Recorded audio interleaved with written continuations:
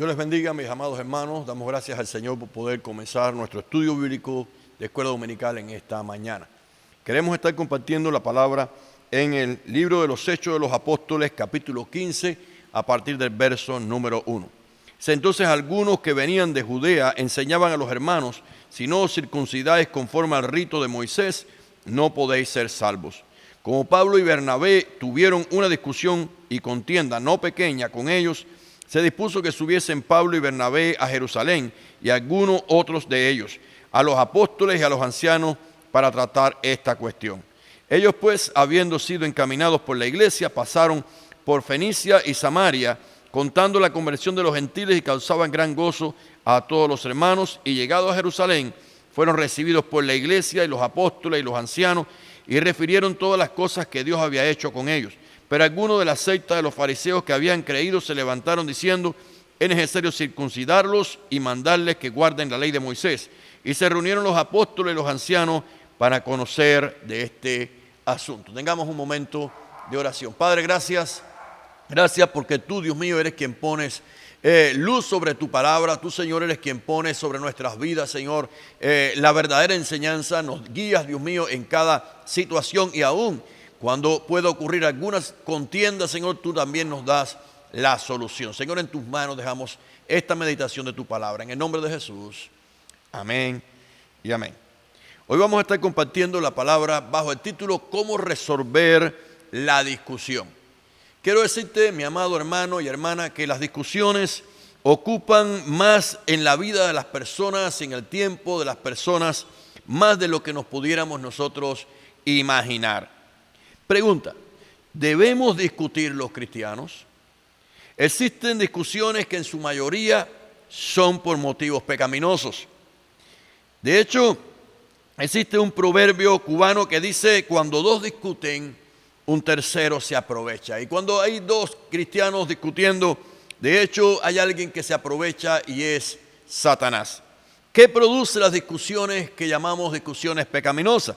El egoísmo, la avaricia, la rebeldía y las demás obras de la carne, que son movidas por el mismo Satanás. Las discusiones destruyen matrimonios, rompen amistades, dividen iglesias. Esas discusiones sabemos que Satanás las provocó y las utilizó.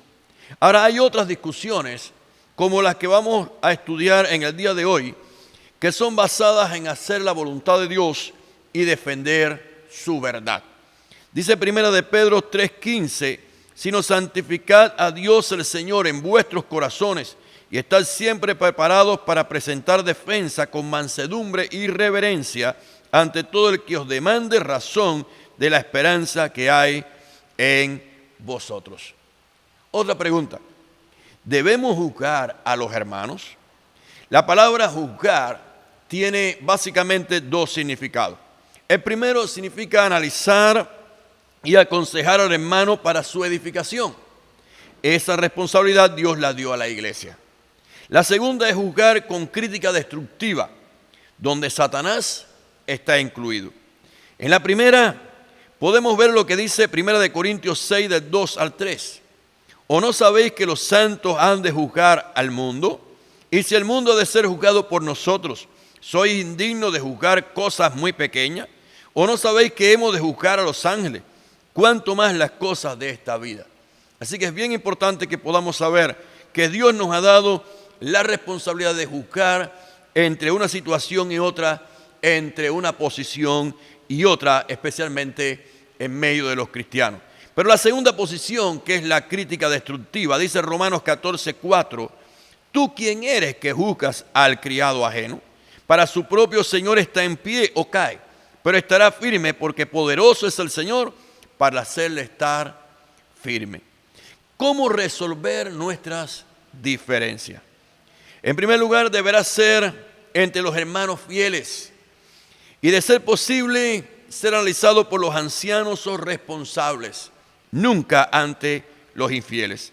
En 1 Corintios 6, del 4 al 6 dice: si pues tenéis celos sobre cosas de esta vida, ¿ponéis para juzgar a los que son de menor estima en la iglesia?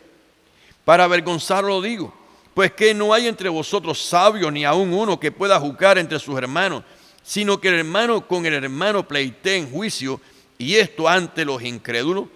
De hecho, está siendo aclarado que debe estar analizándose las situaciones y no dejar que el enemigo haga separación entre hermanos, no dejar que el enemigo ponga distancia cuando hay en Dios una solución.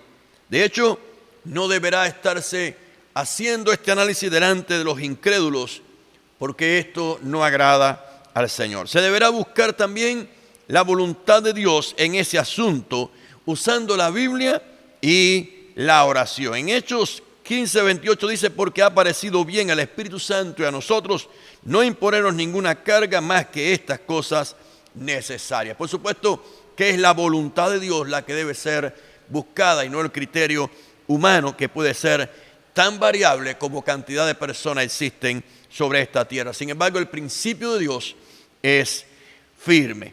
La iglesia en los comienzos necesitaba establecer principios y doctrinas a seguir. Pregunta: ¿sería la iglesia algo nuevo o una extensión del judaísmo?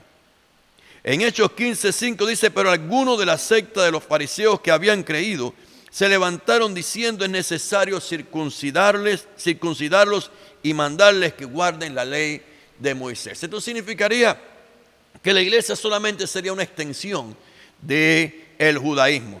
Pero Pablo y Bernabé tenían la respuesta que Dios había puesto en sus vidas, en sus corazones, acerca de esta pregunta.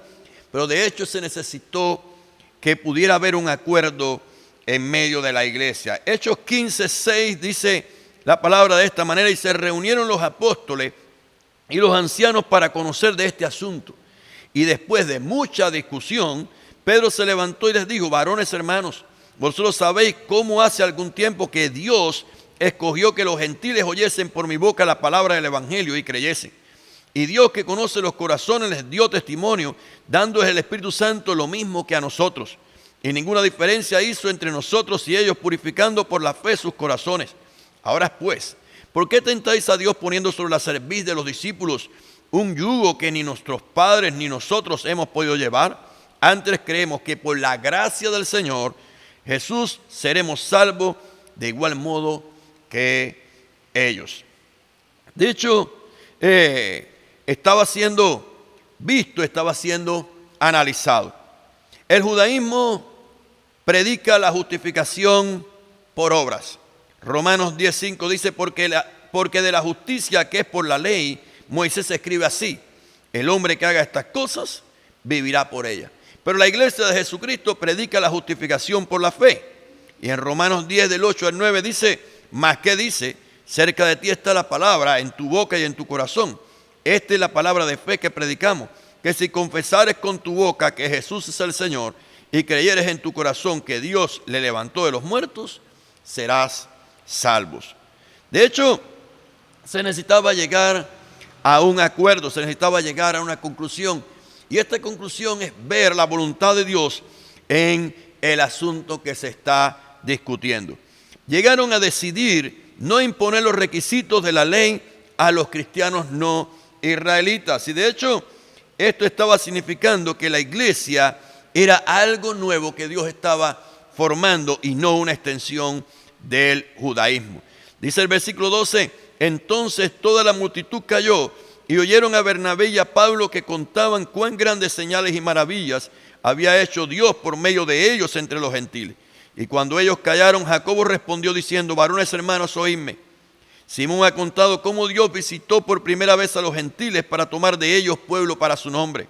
Y con esto concuerdan las palabras de los profetas, como está escrito: después de esto volveré y reedificaré el tabernáculo de David que está caído, y repararé sus ruinas y lo volveré a levantar, para que el resto de los hombres busque al Señor y todos los gentiles sobre los cuales he invocado mi nombre.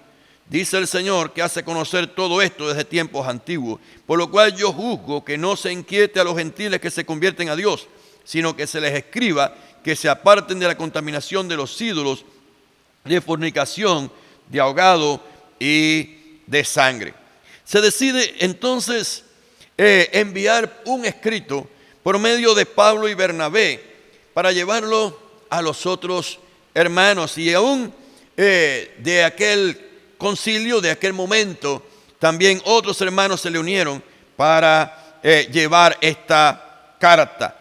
El versículo 22 dice de la siguiente manera: sino que se les escriba que se aparten de la contaminación de los ídolos, de fornicación, de ahogado y de sangre. Porque Moisés desde tiempos antiguos tiene en cada ciudad quien le predique en la sinagoga, donde es leído cada día de reposo. Entonces pareció bien a los apóstoles y a los ancianos con toda la iglesia elegir de entre ellos varones y enviarlos a Antioquía con Pablo y Bernabé, a Judas, que tenía por sobrenombre Barsabás, y así las varones principales entre los hermanos. De hecho, qué bueno cuando el pueblo de Dios puede llegar a acuerdos en medio de la voluntad del Señor. Cuando aquel acuerdo fue enviado y llegó al lugar donde estaban los hermanos en Antioquía y en todos sus alrededores, estos hermanos fueron edificados y se llenaron de gozo al recibir aquella carta. Dice la palabra en el versículo número 23: y escribir por conducto de ellos, los apóstoles, los ancianos y los hermanos, a los hermanos entre los gentiles que están en Antioquía, en Siria y en Cilicia, salud. Por cuanto hemos oído que algunos que han salido de nosotros, a los cuales no dimos orden, os han inquietado con palabras perturbando vuestras almas, mandando circuncidaros y guardar la ley, nos ha parecido bien, habiendo llegado a un acuerdo, elegir varones y enviarlos a vosotros, con nuestros amados Bernabé y Pablo, hombres que han expuesto su vida por el nombre de nuestro Señor Jesucristo. Así que enviamos a Judas y a Silas, los cuales también de palabra os harán saber lo mismo, porque ha parecido bien al Espíritu Santo y a nosotros no imponeros ninguna carga más que estas cosas necesarias, que os atengáis de los sacrificados de los ídolos, de sangre, de ahogado y de fornicación, de las cuales cosas si os guardareis, bien haced, pasadla bien. Qué bueno el poder ser edificados en medio del pueblo de Dios. Qué bueno es poder entender lo que Dios tiene para cada uno de nosotros y hacerlo llegando a un acuerdo. Aquellos hermanos se llenaron de gozo, dice la palabra, habiendo leído la cual se regocijaron por la consolación. Y Judas y Silas, como ellos también eran profetas, consolaron y confirmaron a los hermanos con abundancia de palabras. Y pasando algún tiempo allí, fueron despedidos en paz por los hermanos para volver a aquellos que los habían enviado. La discusión es algo que puede ocurrir y es algo que debemos cuidarnos de ella. La mayoría de las discusiones son usadas por Satanás para traer daño y destrucción, pero también el Señor nos permite que podamos nosotros analizar los principios y analizar las decisiones que vayamos a tomar para llegar a acuerdo. Satanás quisiera por medio de discusiones entretener a la iglesia, mientras tanto él hace estrago en medio de los que no le conocen o aún en medio de aquellos que le conocen, pero están desviándose del camino. Se necesitan hermanos maduros que puedan analizar las situaciones y basados en la Biblia y la guía del Espíritu Santo tomar las decisiones correctas. Quiero decirte, mi hermano, que no debemos discutir delante de los incrédulos para no estorbarles su futura conversión. Dios quiera que cada una de las situaciones que tú y yo podamos tener, sea en medio de la iglesia, sea en nuestro matrimonio, sea con nuestros amigos, sea en nuestro centro de trabajo, podamos tener la claridad de parte del Señor y la madurez para poder vencer esas situaciones y poder salir de esas discusiones. Que el Señor nos ayude, mi amado hermano y mi amada hermana, para que podamos nosotros entender esta enseñanza. Tengamos un momento de oración. Padre Santo, muchas veces el enemigo está usando la discusión, está usando los momentos de dificultad en medio del pueblo tuyo, Señor, para tratar de dividir, para tratar de estorbar, pero también en medio de los matrimonios, también en medio de las familias, también entre padres e hijos, Señor.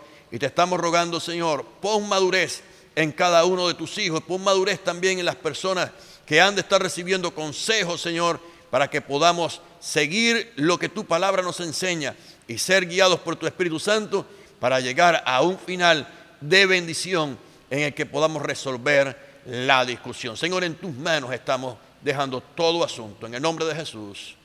Amén.